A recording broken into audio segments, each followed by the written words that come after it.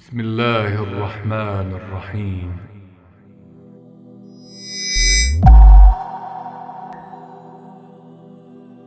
اللهم صل على محمد وآل محمد. اللهم صل على محمد وآل محمد. اعوذ باللہ السمیع العلیم من الشیطان اللعین الرجیم. بسم اللہ الرحمن الرحیم. الحمد للہ والصلاة والسلام علی رسول اللہ وعلی آلہ آل اللہ لا سیما بقیت اللہ واللعن الدائم علی اعدائہم اعداء اللہ من الآن الی یوم لقاء اللہ. اما بعد فقد قال اللہ تبارک و تعالی فی کتابہ المجید. بسم اللہ الرحمن الرحیم. یریدون لیطفئوا نور اللہ بافواہہم واللہ متم نورہ ولو کرہ الکافرون. سورہ مبارک صف کی 8ویں آیت کی تلاوت کا شرف حاصل ہوا. اس آیت کی ابتدا یریدون سے ہے.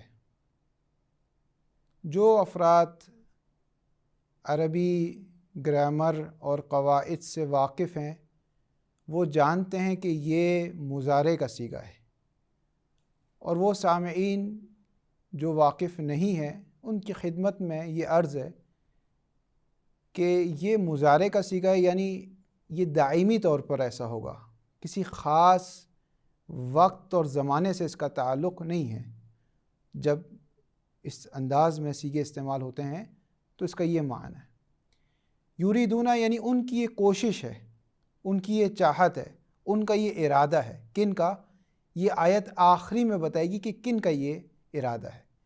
یریدون لیطفئوا نور اللہ بافواہہم. ان کا یہ ارادہ ہے کہ وہ اللہ کے نور کو اپنی پھونکوں سے بجھا دیں، اور یہ ہمیشہ ان کا یہ ارادہ رہے گا. ہر زمانے میں ان کا یہ ارادہ ہے، ہر مکان میں ان کا یہ ارادہ ہے. کسی خاص وقت تک ان کا یہ ارادہ نہیں ہے. اور اللہ کا کیا ارادہ ہے؟ واللہ متم نورہ. اللہ کا یہ ارادہ ہے کہ وہ اپنے نور کو بجھنے نہیں دے گا، اپنے نور کو تمام کر کے رہے گا. ولو کرہ الکافرون. اگرچہ یہ بات کفار کو ناگوار ہی کیوں نہ گزرے. اب یریدون سے سمجھ میں آ رہا ہے کہ کافروں کا یہ ارادہ ہے کہ وہ اللہ کے نور کو بجھا دیں. اور اللہ کے نور کو بجھانے سے کیا مراد ہے؟ اللہ تو کوئی جسم نہیں رکھتا، اس کا تو کوئی نور نہیں ہے کہ جو بجھا دیا جائے. جیسے یہ ٹیوب لائٹ ایک نور ہے، ایک جسم ہے، ایک لطیف جسم ہے، اس کو بجھا دیا جائے گا تو بجھ جائے گی. ایک چراغ کی لو ہے، اگر ہوا تیز چلے گی تو وہ چراغ کی لو بجھ جائے گی. نور خدا کیا چیز ہے؟ آیا کوئی خاص نور ہے اسی انداز میں؟ واضح ہے کہ ایسا نہیں ہے، کیونکہ وہ جسم نہیں رکھتا. اب اس یہ آیت تفسیر طلب ہے. بعض آیت ایسی ہیں جو بہت ہی زیادہ واضح ہیں، روشن ہیں. بعض آیات بہت زیادہ تفصیل طلب ہیں کہ اس کا کیا مطلب ہے، نور خدا سے کیا مراد ہے. تفسیر کا مطلب ہے فسرت الحجاب. جیسے عرب میں جب عورتیں اپنا نقاب الٹ دیتی تھی تو کہا جاتا تھا کہ اس نے اپنے نقاب کو الٹ دیا، یعنی جو اس کا چہرہ تھا اس نقاب سے پیچھے وہ ظاہر ہو گیا. تفسیر قرآن سے مطلب یہ کہ اس آیت کے جو معنی ہیں اور جو حجاب اور نقاب ہے اس کو الٹ دیا جائے، اور اس آیت کے معنی، حقیقی معنی آپ کے سامنے روشن اور ظاہر ہو جائے. یہ مراد تفسیر سے.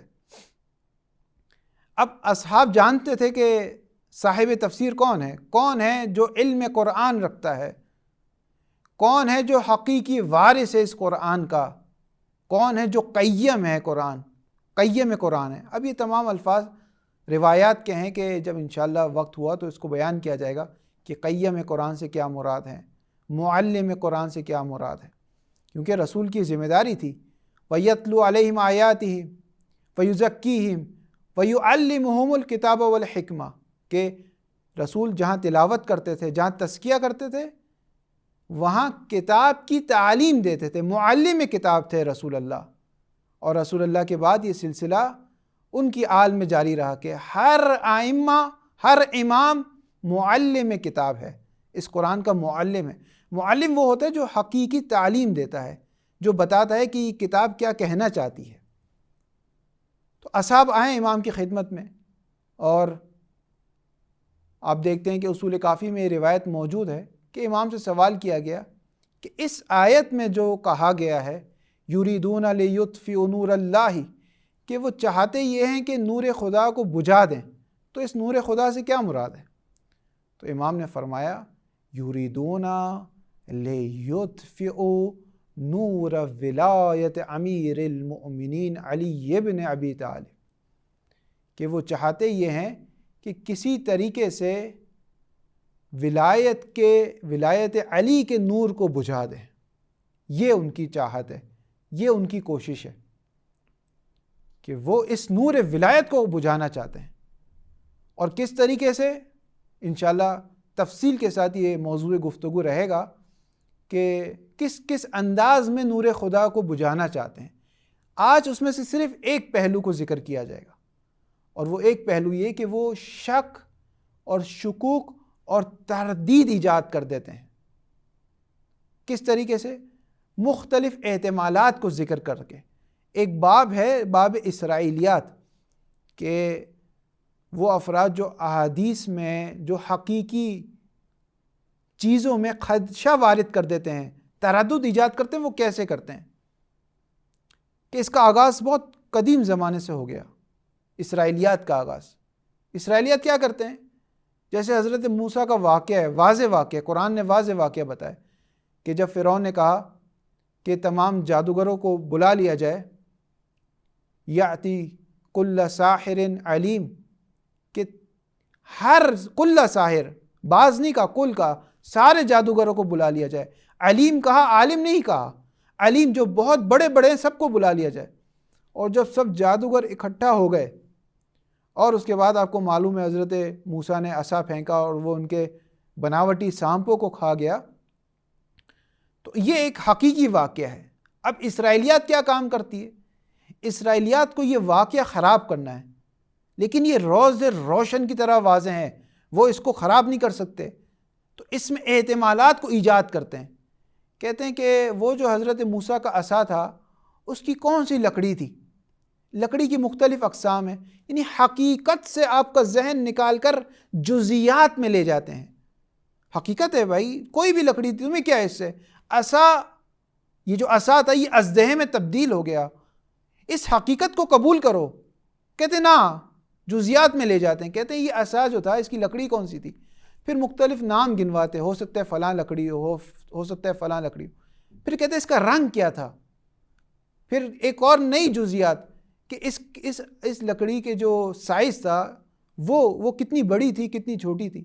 پھر حضرت موسیٰ نے اس کو سیدھے ہاتھ میں پکڑا تھا یا الٹے ہاتھ میں پکڑا تھا. پھر یہ کہ اس کی بناوٹ کیسی تھی، اس کو پہلے جزیات میں لے آتے ہیں. پھر جزیات میں احتمالات ایجاد کرتے ہیں کہ ہو سکتا ہے کہ اس کی بناوٹ ایسی ہو سکتا ہے کہ فلاں لکڑی کا ہو سکتا ہے فلاں لکڑی کا ہو. احتمالات ایجاد کرتے، احتمالات ایجاد کر کے تردد اور تردید و شک کو ایجاد کرتے ہیں. شک کو ایجاد کرتے ہیں، کہتے ہیں نا بس یہ بھی ہو سکتا ہے، یہ بھی ہو سکتا ہے. جب شک ایجاد ہو جاتا ہے تو اصل واقعے کو خراب کر دیتے ہیں.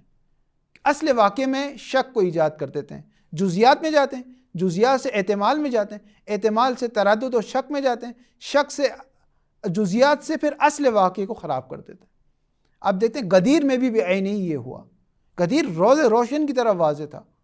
بی بی زہرا نے محمود ابن لبیس سے یہی تو کہا تھا حضرت حمزہ کی قبر مبارک پر کہ حل نسیتم یوم غدیر خم، کیا تم نے غدیر کو بھلا دیا ہے؟ کیا غدیر قابل فراموش ہے؟ آیا غدیر جیسے واقعے کو بلایا جا سکتا ہے؟ اصلا ممکن نہیں ہے.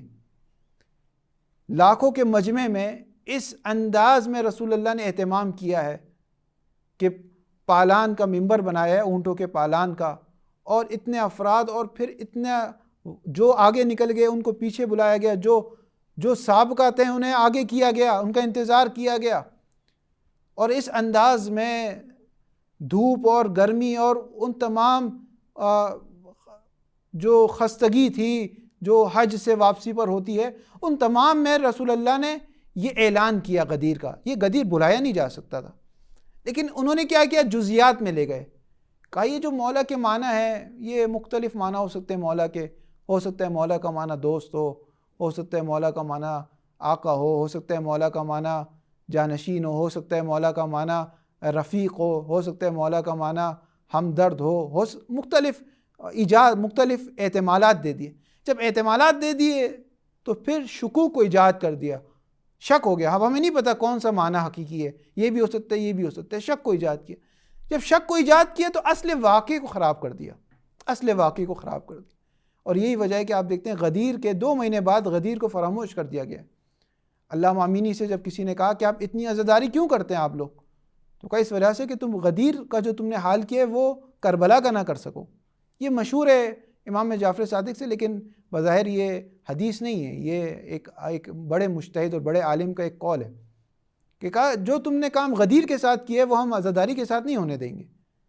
اس میں احتمالات کو جس طرح تم نے ایجاد کیا ہے یہ ہم نہیں ہونے دیں گے.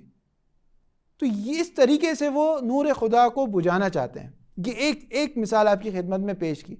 انشاءاللہ موقع رہا، توفیق رہی اور زندگی رہی تو مختلف طریقوں سے مختلف مصادیق اور مختلف مثال آپ کی خدمت میں پیش کی جائے گی. یریدون لیطفئوا نور اللہ، وہ چاہتے ہیں کہ نور خدا کو بجھا دیں. واللہ متم نورہ، لیکن اللہ کی چاہت یہ ہے کہ وہ اپنے نور کو بجھنے نہیں دے گا. پھر دوبارہ امام کی خدمت میں یہ سوال کیا کہ اس سے کیا مراد ہے کہ اب اللہ اپنے نور کو نہیں بجھنے دے گا. تو کہا اس سے مراد یہ ہے کہ اللہ قائم آل محمد امام زمانہ کے ظہور کو، اس زمانے غیبت کو تمام کرے گا اور امام کا ظہور ہوگا. یہ اس سے مراد ہے. اور یہ آیت انتہائی بشارت دینے والی آیت ہے. یعنی مومنین کے لیے جو بشارتیں قرآن میں، اس میں سے ایک تبشیر اور ایک بشارت اس آیت میں دی جا رہی ہے کہ دیکھو اللہ اپنے نور کو بجھنے نہیں دے گا. وہ ہر زمانے میں کوشش کرتے رہیں گے، ہر زمانے میں وہ ناکام ہوں گے، اور ہر زمانے میں نور خدا قائم اور دائم رہے گا اور امام زمانہ کا ظہور ہوگا. اور اس کے بعد پروردگار نے ایک اور بڑی عجیب بات ہے اس آیت میں کہ ان کی ساری کوششوں کو رب العزت نے پھونک سے تعبیر کی ہے. یریدون لیطفئوا نور اللہ بافواہہم، افواہ پھونک کو کہتے ہیں، یعنی وہ اپنی پھونکوں سے نور خدا کو بجھانے چلے ہیں. اپنے گمان میں، اپنے زعم میں وہ سمجھتے ہیں کہ ہم سپر پاور ہیں، ہم سپر طاقت ہیں، ہم ناقابل تسخیر ہیں، ہمارا کوئی کچھ نہیں بگاڑ سکتا، ہم بڑے ہیں سب سے. اور اپنے گمان میں وہ ایٹمی طاقت ہیں، سب کچھ ہیں.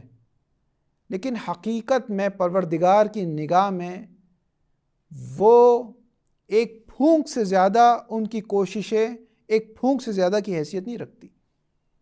اور یہ ہمیں سمجھایا جا رہا ہے کہ ظالموں کو بڑا مت سمجھو، انہیں بڑا مت کرو. ہمارے یہاں بہت سے افراد ہوتے کہتے ہیں یار وہ دیکھو اتنا اسلحہ اور اتنا کچھ. پروردگار کہ نہ، انہیں بڑا مت سمجھو. کبھی انہیں پھونک سے تشبیہ دی، کبھی عنکبوت سے تشبیہ دی. عنکبوت مکڑی کا جو جالا ہوتا ہے اس سے تشبیہ دی.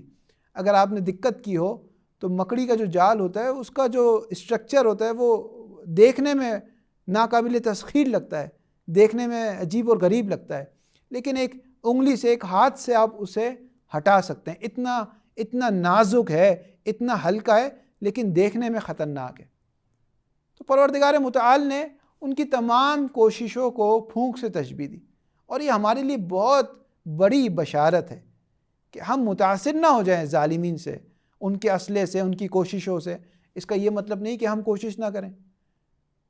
قرآن کی واضح آیت ہے کہ کفار کے مقابل میں جس قدر ہو سکے اپنے آپ کو قوی اور مستحکم اور مضبوط کرو، جدید انداز میں اپنے آپ کو آمادہ کرو. یہ سب اپنی جگہ موجود ہے، لیکن متاثر نہیں ہونا.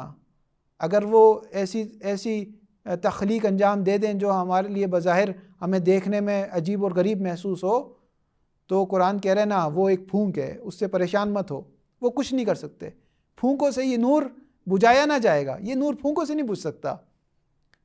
اور پھر آخری میں وَلَوْ كَرِهَ الْكَافِرُونَ، چاہے یہ بات کفار کو ناگوار ہی کیوں نہ گزرے، یعنی وہ تمام کوششیں کر کے نا امید ہو جائیں، اس سے اللہ کو کوئی پرواہ نہیں ہے، اللہ کو کافروں سے کوئی پرواہ نہیں ہے، وہ ناکام ہو جائے، وہ نامراد ہو جائیں، اس سے اسے کوئی فرق نہیں پڑتا۔ اس کی چاہت یہ ہے، اس کی چاہت یہ ہے کہ وہ چاہتا ہے کہ میرا نور قائم رہے، میرے اولیاء کا نور قائم اور دائم رہے، اس کی کوشش یہ ہے۔ بہت بڑی بشارتیں ہیں اس آیت میں مومنین کے لیے۔ بقیت اللہ خیر لکم ان کنتم مومنین، اے مومنو اللہ کا جو باقی ہے وہ تمہارے لیے خیر ہے، ان کنتم مومنین، بس تم سے تقاضا یہ ہے کہ تم مومن رہنا، ایسا نہ ہو زمانے کے نشیب اور فراز تمہیں اس حالت ایمان سے ہٹا دینا، تم حالت ایمان پر رہنا، تم مومن رہنا، بقیہ تمہارے لیے خیر ہے۔ آخر جو ہے وہ مومن کا ہے، مستقبل مومنین کا ہے۔ یہ آیت واضح انداز میں کہہ رہی ہے، یعنی کوئی دو رائے نہیں ہے اس میں، مستقبل مومنین کا ہے۔ یہ دنیا کا اختتام ایمان پر ہوگا، اس پورے عالم اذا الشمس کورت، جب یہ سورج کو لپیٹ دیا جائے گا، جب یہ سب کچھ ہو جائے گا تو اس کا اختتام، یہ عالم جب ختم ہو گیا تو اس وقت ایمان کی حالت میں ختم ہوگا، اس عالم پر صاحبان ایمان حکومت کر رہے ہوں گے۔ اختتام مومنین کا ہے، مستقبل مومنین کا ہے، لیکن ایک تقاضا بھی ہے کہ تم با ایمان رہنا۔ اور یہی وجہ ہے کہ آپ دیکھتے ہیں کہ کس انداز میں امام حسین کے اصحاب ابو ثمامہ کس قدر ایمان ہے کہ امام سے آ کر کہہ رہے ہیں کہ امام ظہر کی نماز کا وقت ہو گیا ہے، کربلا کے روز امام سے آ کے فرما رہے ہیں امام ظہر کی نماز کا وقت ہو گیا ہے۔ جانتے تھے، ابو ثمامہ جانتے تھے کہ امام کو معلوم ہے یہ اس فرزند کا بیٹا ہے، یہ اس حیدر کرار کا بیٹا ہے کہ امام علی نے مختلف جنگوں میں، کہتے ہیں امام علی کی جنگوں کے کچھ ایسے انداز سے جو انمول تھے، جو اس سے پہلے کسی نے نہیں کیے۔ جنگ میں دو چیزیں ایسی تھی جو آج تک نہیں کی تھی، ایک حالت جنگ میں نماز پڑھنا اور ایک حالت جنگ میں کسی سائل کے سوال کا جواب دینا۔ جب کسی شخص نے سوال کیا تو مولا نے فرمایا یا اخا بنی اسد لکا حق المسئلہ، اے میرے بنی اسد کے بھائی، تیرا حق ہے کہ تم مجھ سے سوال کر۔ یہ جنگ کے دوران ہو رہی ہے بات۔ تو اس وقت امام علی کے جو اصحاب تھے وہ حیران تھے کہ یا علی آپ کی کیا کام کر رہے ہیں، حالت جنگ میں نماز پڑھ رہے ہیں۔ اور امام حسین کے جو اصحاب ہیں وہ خود آگے بڑھ کر، وہ بھی جانتے ہیں امام کو وقت کا معلوم ہے، وقت سے کچھ دیر پہلے امام حسین کو بتا رہے ہیں امام مظلوم نماز ظہر کا وقت ہو چکا ہے، ہم چاہتے ہیں کہ اپنی زندگی کی آخری نماز آپ کی اقتداء میں ادا کریں۔ یہ فرق تھا امام مظلوم کے اصحاب کا۔ ایسے نہیں کہا کہ مجھے وہ اصحاب ملے جو میرے نانا کو ملے، نہ میرے بابا کو ملے، نہ میرے بھائی کو ملے، وہ اصحاب صرف مجھے ملے۔ ایسے اصحاب ملے امام حسین کو۔ تو امام نے بھی کہا ذکرت الصلاۃ، کہ اے ابو ثمامہ تجھے نماز یاد رہی، تجھے اس ماحول میں جب 3 دن کے پیاسے ہیں اور ہر طرف سے اشکیا اور فوج کا حملہ ہے، تجھے نماز یاد رہی؟ جعلک اللہ من المصلین، کہ اللہ تجھے نماز گزاروں میں سے شمار کرے۔ ابو ثمامہ یہ سند لینا چاہتے تھے، اس سند کو کربلا کی تپتی ہوئی زمین میں امام حسین سے یہ سند لینا چاہتے تھے۔ اس وجہ سے فرزند رسول کو کہا کہ یا ابن رسول اللہ نماز کا وقت ہو چکا ہے، نماز سے کو وہ جانتے تھے امام کو معلوم ہے، پھر بھی یہ سند لینا چاہتے تھے۔ اور جب نماز شروع ہوئی تو سعید نے اور زہیر امام کے آگے کھڑے ہوئے اور کہا امام آپ نماز پڑھیں، ہم دشمنوں کا مقابلہ کریں گے۔ اور جو تیر بھی آتا سعید اپنے سینے پڑھ لیتے یا زہیر اپنے سینے پڑھ لیتے، کسی تیر کو بھی انہوں نے امام مظلوم کی طرف نہیں جانے دیا۔ اگر تیر اس سمت میں جاتا تو اس سمت آگے بڑھ کر اپنے آپ کو، اپنے جسم کو آگے کرتے، تیروں کو اپنے سینوں پڑھ لیتے ہیں کہ مبادا کوئی تیر کئی امام مظلوم کس سے نہ ٹکرا جائے۔ اور یہی وجہ ہے کہ جب ایک ذاکر اور ایک خطیب ہمیشہ اپنی گفتگو میں یہ کہتا تھا کاش ہم بھی کربلا میں ہوتے، کاش ہم بھی کربلا میں ہوتے تو جس طرح سعید نے، جس طرح زہیر نے اپنے سینوں پہ تیروں کو لیا، ہم بھی اپنے سینوں پہ تیروں کو لیتے ہیں۔ تو ایک رات اس نے عالم رویا میں، عالم خواب میں یہ دیکھا کہ کربلا کا میدان ہے، امام مظلوم نماز کی ابتدا کر رہے ہیں، کہہ رہے ہیں تم یہ دعا کرتے ہو، تم آگے کھڑے رہو۔ وہ شخص بہت با ایمان ہے، بہت با اخلاص ہے، سب کچھ ہے، جھوٹ نہیں کہہ رہا تھا، حقیقت میں وہ بہت زیادہ عزادار تھا، آگے کھڑا ہوا۔ لیکن جب تیر چلا نا، جب فوج اشکیا سے تیر چلا تو وہ کہتے ہیں میں نے عالم رویا میں دیکھا جو تیر کی سنسناہٹ تھی، جو تیر چلتے وقت آواز تھی، جب وہ تیر میری جانب آ رہا تھا تو میں نہ چاہتے ہوئے بھی دوسری جانب جھک گیا، تیر امام مظلوم کو لگ گیا۔ میں نے پیچھے دیکھا، میں نے کہا امام گستاخی ہو گئی، آئندہ نہیں ہوگا، دوبارہ نہیں ہوگا۔ دوسرا تیر آیا، اس کی سنسناہٹ بھی میرا قلب برداشت نہیں کر سکتا، میں دوبارہ ہٹا، پھر تیر امام کو لگا۔ اس طرح ہوتا رہا یہاں تک کہ جب امام نے آخری سلام پھیرا تو میں نے دیکھا میرا جسم میں کوئی تیر نہیں، لیکن امام مظلوم تیروں سے چھلنی ہے۔ اس وقت امام کہتے ہیں اے ذاکر، خبردار اپنا مقایسہ میرے اصحاب سے مت کرنا۔ جو صحابی مجھے ملے، جو انصار مجھے ملے، نہ میرے بابا کو ملے، نہ میرے بھیا کو ملے، نہ میرے نانا کو ملے۔ اے ذاکر، کیا تم نہیں دیکھتے سعید نے کیا کیا؟ کیا تم نہیں دیکھتے زہیر نے کیا کیا؟ اس نے ایک تیر بھی ہماری جانب آنے نہیں دیا، اور تم نے ایک تیر بھی اپنے سینے پر نہیں لگنے دیا۔ الا لعنت اللہ علی القوم الظالمین وسيعلم الذين ظلموا أي منقلب ينقلبون۔ اللهم صل على محمد وآل محمد، اللهم صل على محمد وآل محمد۔